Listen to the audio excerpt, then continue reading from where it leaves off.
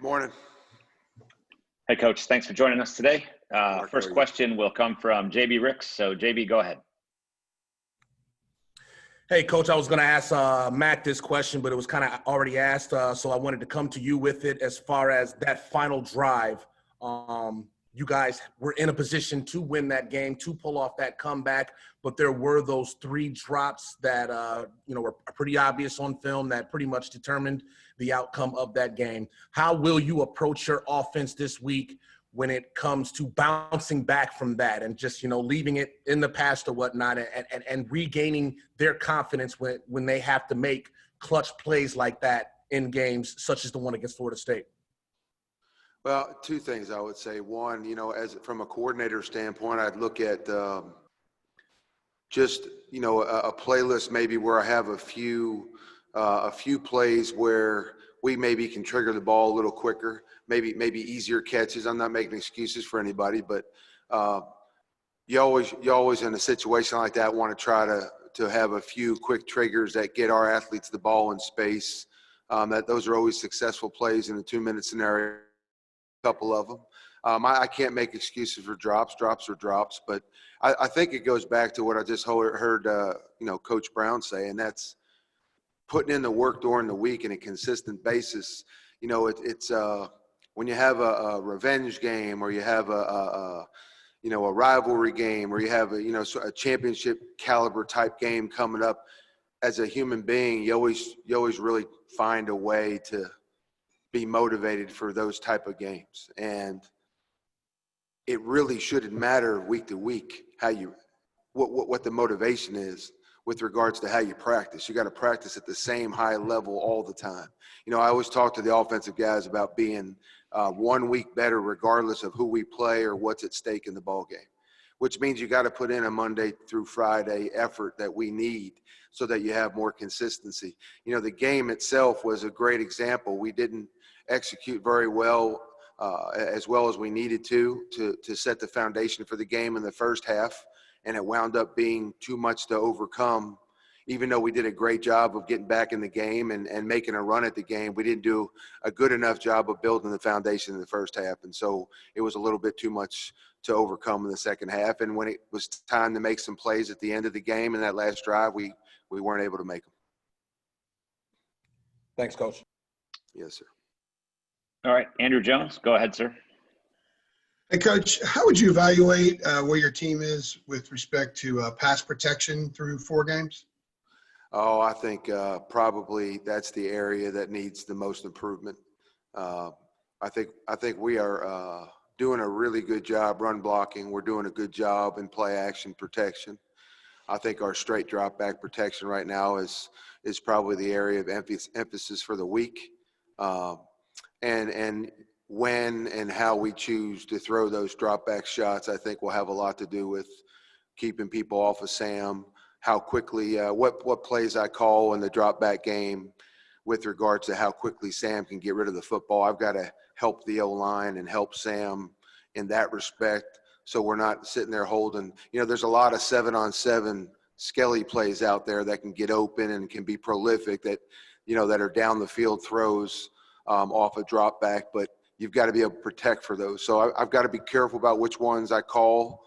We got to do a good job of getting the ball out of Sam's hand, and that improves your protection just from a quarterback standpoint. But from a technique standpoint and an assignment standpoint, that's going to be the area of focus this week heading into the NC State game. You said either last week or the week before that you'd like to maybe target Garrett Walston a little bit more. Are you having to keep him back to help with pass protection a little bit more than you would like, or can you kind of take me through that? Well, I think this game, obviously, we were able to get Garrett into the game plan more. We felt like the focus was going to be on our wide receivers, and it was. And that gave our running backs and our tight ends an opportunity to touch the ball more and be, contributing factors in some explosive plays in the passing game. So that was part of the plan because we figured there'd be an emphasis on our wide receivers. 26 did an excellent job of playing football on De'Ami Brown, and their secondary double covered a lot of people. They ran a lot of 2-man and tried to take the deep ball away early. And, that was why we were able to get our running game going early on. But I think that the tight end and the throw game to the RBs will be, you'll continue to see that if defenses choose to take the receivers out of the deep ball game. Okay, thank you. All right, Greg Barnes, go ahead, Greg. Hey, Phil, I know you script plays out to start a game, and you also kind of read what the defense is giving you and go that route. As you mentioned, you kind of leaned on the run game early, especially the first half. Was that by design, or was that just kind of reading what Florida State showed you? Well, I think it's both. It was by design, and then that's what they gave us. So I think looking back on it from a play calling standpoint, I don't know if we would have done much different. But from a defensive structure, they played 2-man. They played it deep. They put the emphasis on coverage. They gave us a lighter box, and so we wound up calling more run plays early on in the game. So just looking back, you were happy with kind of the play call situation in the first half? Yeah, I think when we got down to about the 30, 35-yard line, we made some mistakes. We stalled. We missed a few things. I thought we moved the ball well in the first half. We ran the ball well in the first half.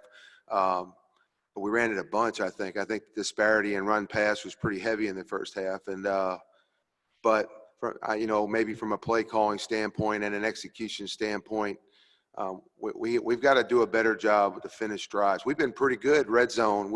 And red zone wasn't as much of an issue here. We got into that fringe area in the 25 to 35-yard area, and we had a penalty, and we had a number of things that occurred in that area that kind of stalled us. And we're outside of fourth down situations where we're comfortable going for it, and so we had to punt a couple times from that area. And those are the drives you'd like to have back, and you'd like to capitalize with some scores, and I think that changes the entire complexion of the football game. Great, thank you.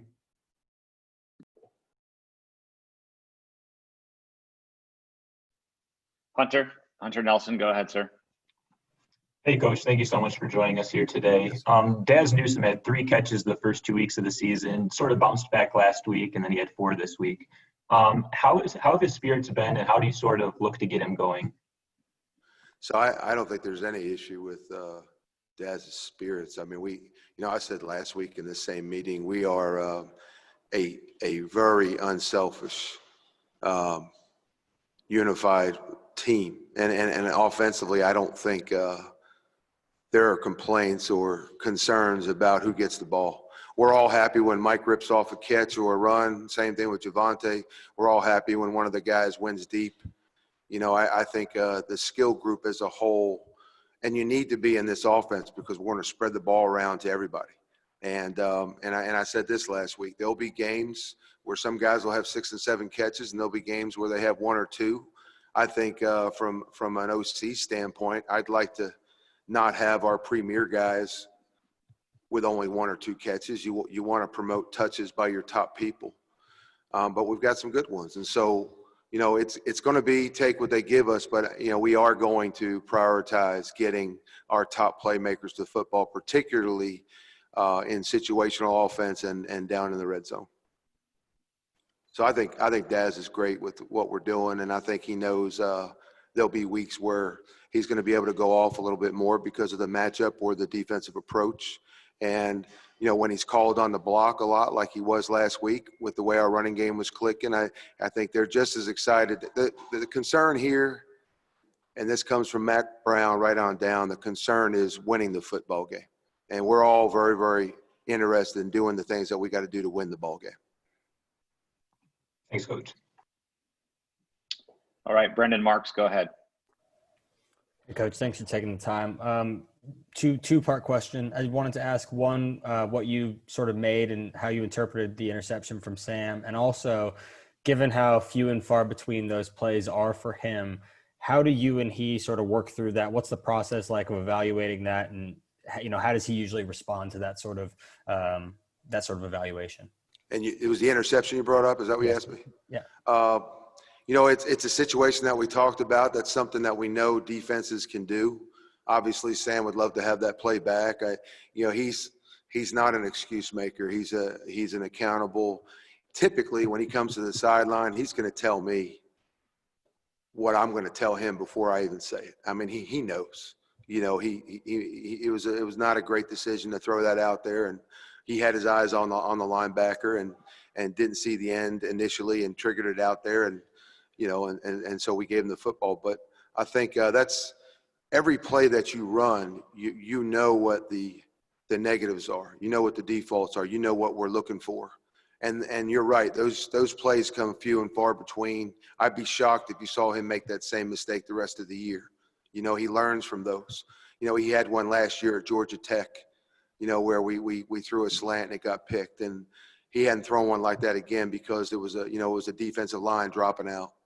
And you know, those are good for Sam with regards to IDing certain situations that can create problems. And you know, there's no excuses made by saying he came off, he's accountable. We talked about it. We know what it is. There's no reason to lose our mind. It wasn't a good play. We both know that. And then so what happens is you go back to the bench and the focus is on the next drive, because the only way to erase a mistake or to rectify, you know, that situation in the game is to make sure that you're executing on the next play or the next drive. You know, and as much as it seems like a recruiting tool, the whole don't blink thing that I talk about all the time is as much about forgetting the last play, whether it's a really good confident or it's a really bad one, and letting it affect you negatively. We got to put that one behind us and focus in on the next play. And I think we do that on a pretty regular basis. Thank you. Yes, sir. All right, last one for Coach Longo. CL Brown, go ahead, CL. Hi, Phil. I was curious about the stall plays that you mentioned. What's kind of your approach to correcting them? Is it about the execution of the play itself, or is it more like about the timing and the rhythm of the play call at that point in a drive? Well, from an assignment standpoint, you know, our assignment grade overall as a team across the board, and then more specifically with us on offense, the level or the amount of missed assignments per game is really, really low. And that's where we want it. And the most drastic negative you can have on a play is complete missed assignment. Because now you've got 10 guys doing their job and you've got one not doing it, and that one guy not doing it, especially if he's a primary player on the play, can affect the entire thing. So our missed assignments are down, and typically when we make a mistake, it's a decision-making process, you know, by one of our skilled players, or it's a technique issue. So on Sunday, you know, that's really what Sunday's about for us. We want to get our guys moving. We're going to get them stretched out. We want to get them worked out, and we'll get out on the field and we'll get on film and we'll talk about, you know, those situations that that pertain to our mistakes, and you rectify the technical issue or you rectify the decision making, and we talk about that same situation and how we want to handle it the next time. And that's how you take some of the negatives from Saturday's game, whether you win or lose, you know, and you improve going forward so that we don't have repetitive mistakes from week to week. Because, you know, if one defense last week had success doing something against us, we're probably going to see a copycat of it, you know, and we're going to see that scenario again. Pressure beats you, all of a sudden we see that pressure a little bit more. You know what I mean? A coverage stalls you, you're going to see that coverage a little bit more. So the most immediate thing to get done on Sunday is correct it so that next time we're in that situation, we have more success. And so if we do see it by a future defense, we're able to handle it in a better manner than we did the first time. Okay. And when you have a pair of running backs that are as even as Carter and Williams, under what scenario would there ever be kind of like in a game situation, a workhorse, so to speak, where somebody maybe is having more success or something, but you just go with one of them more and they get more carries than typically their even distribution? So I would say each year is a little different based on your personnel. You know, sometimes you have a 1, a 2, and a 3, and that's legitimately where they are in the depth chart. So you're going to play the 1 as much as you can, and then you play the 2 when you need to spell him, and you get to the 3 if you need him, or if he has a special talent like in a short yardage situation or pass protection or something. We're spoiled this year, CL, because we've got 2 guys that both catch the ball really well. They both pass protect really well. They both run inside and run outside very well. And so they're very different backs. I mean, probably Michael's going to make you miss a little more, and Javante's going to run over you a little bit more. I mean, we've all seen that. They are different running backs, but they both are extremely versatile, and they're able to do everything that we ask them to do. And so really the rotation, it's not even this year about who's hot and who's not, because they both have been so productive, right? So, and I've said this before, I think Coach Gillespie, as well as anybody that I've been with at the running back position, does an incredible job with two talented players of rolling them through and keeping them fresh. And that's probably more important this year with those guys than situational offense, because they can both do what we need. It's more about, let's get the freshest guy out there so we can get the most out of both of them when they're playing. Thanks, Coach. Coach Longo, thanks for your time today. Oh, you got it. You guys have a great week.